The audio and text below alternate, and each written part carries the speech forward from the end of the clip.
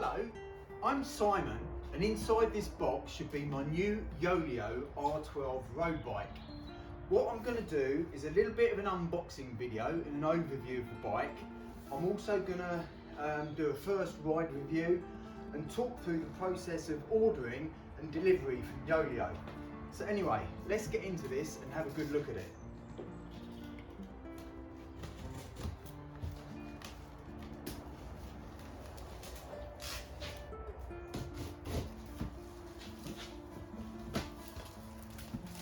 So in here should be the frame and the wheels.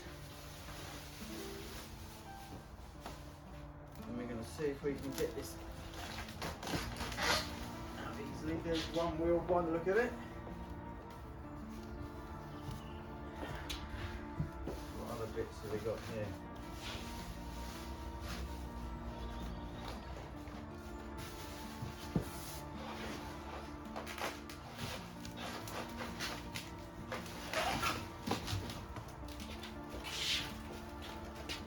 Looks like a bigger bit of the bike.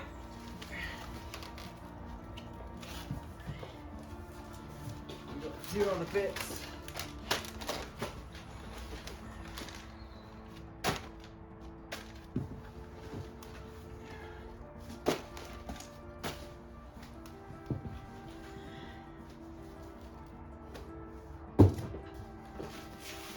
Right, so we'll start having a look through some of the bits here. So before we do that, this is the first set of wheels I bought for my giant Propel from Yoeleo 8 years ago or so, and they're fantastic wheels. I've sold them on now, but they were great. And then coming up here, we have my mountain bike that I built using the frame that Yoeleo provided and also their wheel set as well. I built this from the ground up. Fantastic mountain bike. I built that in 2015 and it's still going strong today. Really pleased with that bike. So we're back into the build again here. You can see I'm starting to take some of the packaging off. This is the front wheel. And then just opening up the t-shirt, cycle jersey. Fits perfectly. And now we're cutting the packaging off of the main frame of the bike. You do need to be really careful when you're doing this so you don't mark the frame.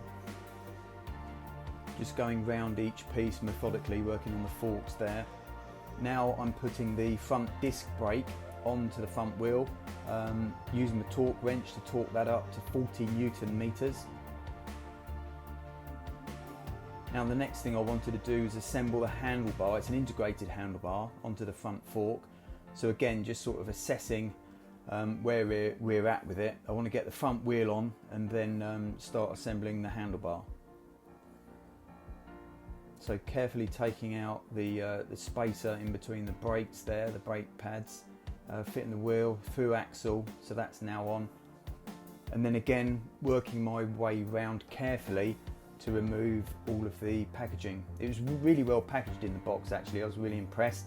And it hadn't got any damage in transit either, which is really good news. So now we've got the integrated handlebar on the bike, all the cables, the DI2, hydraulics for the brakes and whatnot run through the head unit. Again, using the torque wrench, 5 Newton meters on the integrated handlebar there onto the steerer tube. I did use assembly paste as well, that I did off camera actually. Now this next box, this was a separate delivery. And this is the seat post and the saddle. The reason this was sent separately, this came by UPS, is because it's got the Di2 battery held within it.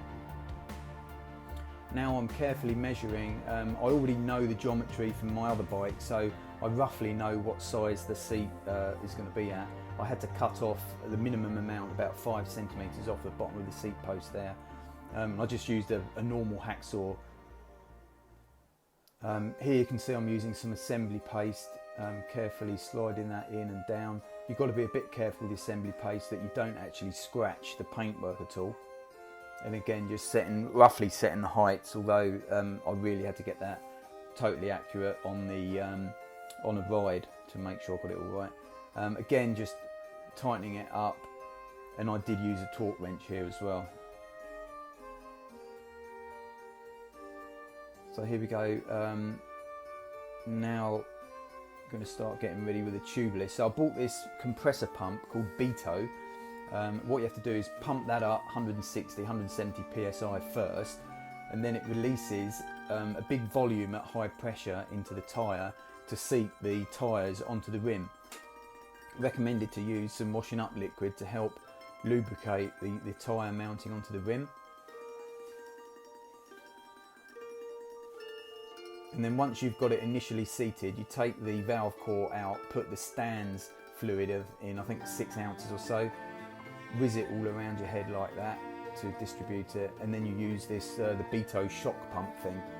And I didn't have any trouble with this actually. It inflated first time, and that was really easy to do.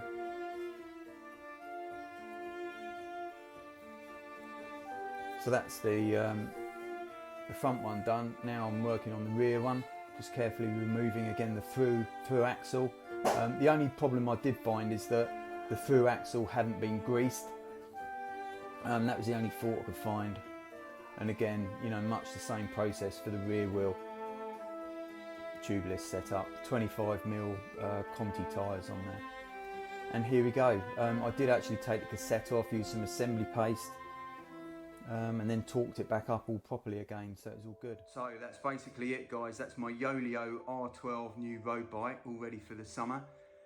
I just finished off setting up the tyres tubeless. Didn't really seem to have much of a problem with that. So the spec of this, basically, it's a Shimano Di2 with mid-compact 52-36 chain ring and 1130 cassette on the back. I've just finished doing a few things on the bike, putting on some 3M helicopter tape. It's really difficult to see though, you can just see sort of the outline of it on the front part of the frame there. And I've also done the chainstay as well. Again, you can't really see it. One of the really nice features about this bike is that it's integrated cabling. So you don't see any of the cables on the handlebar at the front. Also, I asked Yoeleo to send me an extra Garmin mount. The one they send as standard, it's quite long. I don't know if you can see that, but it would have thrown the Garmin out quite a long way. So I mean, the Garmin would have sat out here somewhere. So I've got a second one, cut it down short, and that's just perfect. I'm really pleased with how that's come out. Underneath that mount as well, I've fitted up my Mobius little mini digital camera thing, so that's all there if I want to use it as well. So yeah, just really chuffed with the bike. Disc brakes on it as well, they're all nice. I did, on the video you'd have seen me building the bike, after I did all of that, I actually stripped the bike back down again completely and used assembly paste on the handlebar, onto the steerer tube, and also on the seat post as well. So that's all been done with like the carbon fibre grip paste stuff. I also stripped the bottom bracket down, just checked that over, make sure it was all greased up properly. The only fault I would say that I found was that the rear axle, it's a straight through that screws through, was completely dry. It hadn't been greased at all. It wasn't really a problem, but I've, you know, as I said, I've basically stripped the bike down completely and rebuilt it, and it's all looking great. I'm very pleased with it. No marks, no damage on the frame. All the wheels run perfectly true. And as I've said earlier in the video as well, I've used Yoeleo in the past. I had a wheel set off them nearly 10 years ago. That was for my first giant Propel road bike. And I also bought and built a complete mountain bike using their wheels and mountain bike frame. And that's been going now for like 6 years or so, and it still continues to perform well. So yeah, I'm just extremely pleased with the whole bike. I do need to have some proper, get out and have a proper ride on it now, just to set up final settings like seat height. But I've basically just gone off, you know, my old other bikes as well, just to set that up. But that's it basically. I'll get out on a ride and show you, give you a bit of a ride review as well. But yeah, thanks. So here we go. This is my first ride on the bike. really happy there, obviously. Yeah, I'm out on a bit of a loop. It's the first time I've actually ridden a road bike with Di2, tubeless tyres and disc brakes.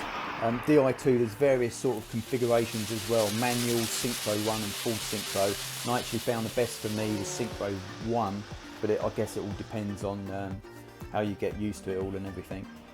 Tubeless, now, although it's a really stiff bike, what I found was that it was super compliant over potholes. It really was nice and smooth. I had the tyres pumped up to 80 psi, whereas on my other bikes, you know, you can go 100, 120. Here we are at Earlswood Lakes, really nice view. Back on the road again, a bit of a climb at this point. Disc brakes were really awesome. It was a little bit damp, a little bit wet out in places, but they can take a little time bedding in, and they do say doing a few high-speed runs and full-on brakes, just because of the clean the surfaces of them and the pads as well, get them to all everything bed in.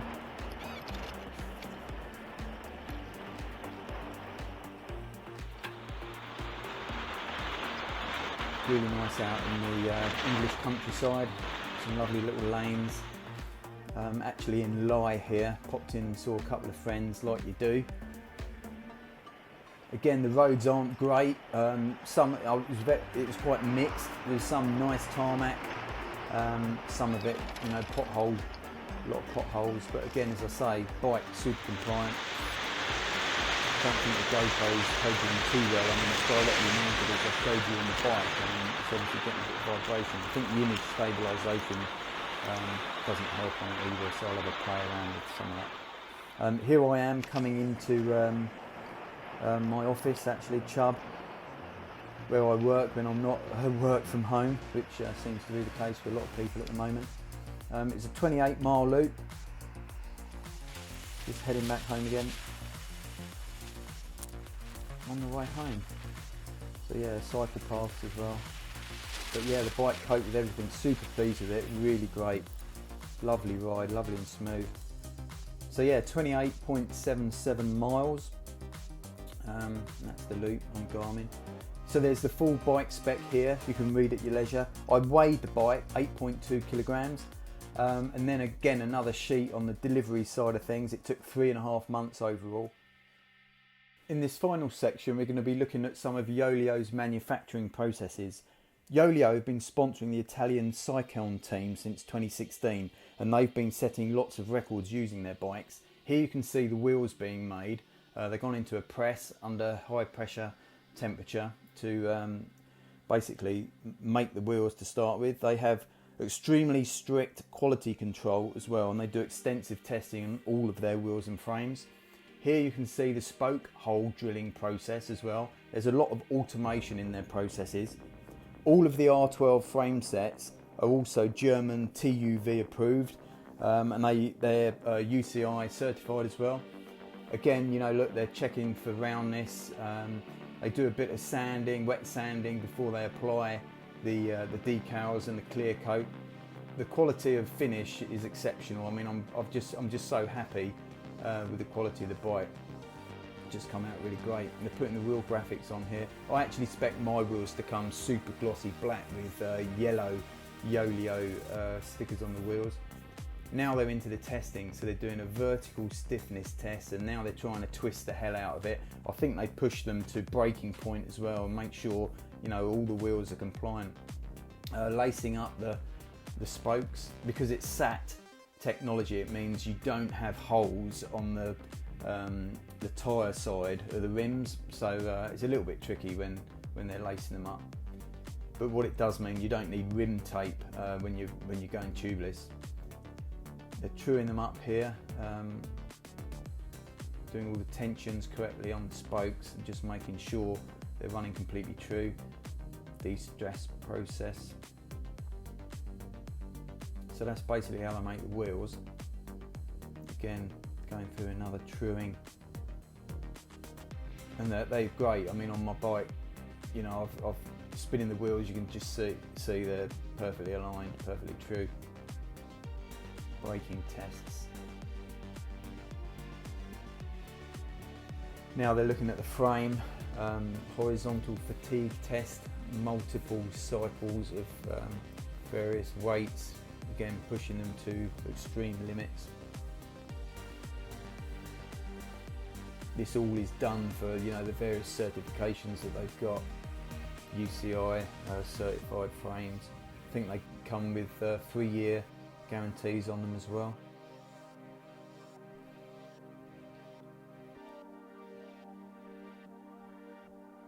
Now they're cutting open the integrated handlebar. They use this EPS and latex system to get super smooth and super consistent results. Again, sort of cutting the handlebar into bits, and just really well finished inside as well. So that's pretty much it. I hope you enjoyed the little video. I'm off for a bike ride. That's all, folks. Cheers for now.